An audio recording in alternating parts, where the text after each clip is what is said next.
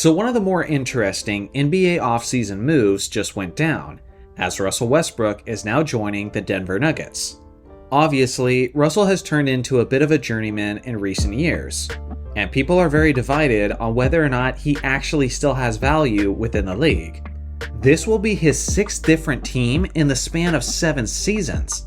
And I remember saying that when he joined the Los Angeles Lakers that this was his last shot in the league to make things work. And clearly, I was wrong on that one.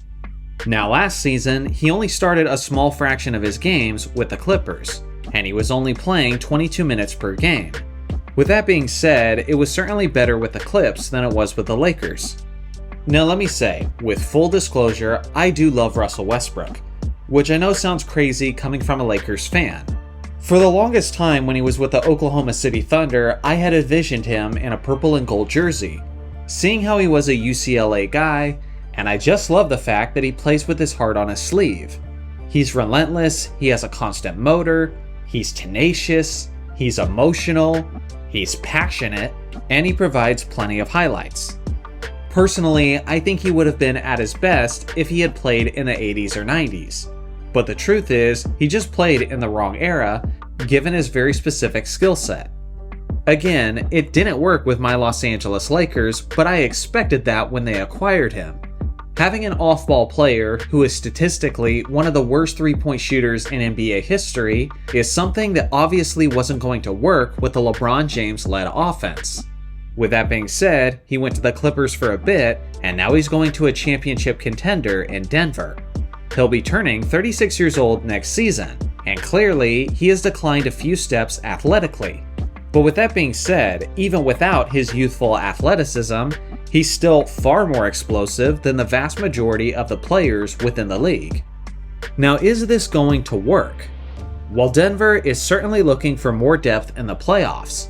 Their second unit doesn't really have much of an identity, and clearly they leaned heavily upon their starters. Outside of Nikola Jokic and Jamal Murray, the only guys who would consistently show up were Michael Porter Jr. and Aaron Gordon. That lack of depth was exploited in their matchup with the Minnesota Timberwolves, and now they're pretty much just looking for any kind of change to help their chances moving forward. In theory, Westbrook can be an energetic spark plug if he's leading the second unit. But I gotta admit, I do have concerns for this team if and when they have Murray and Jokic on the floor simultaneously with Westbrook. That's 3 guys who love to hold the basketball and make things happen. What the Nuggets needed was more floor spacers who can stretch the floor with lethal 3-point shooting, especially when Nikola Jokic is finding them open on the perimeter. Unfortunately, Westbrook is the complete opposite of that.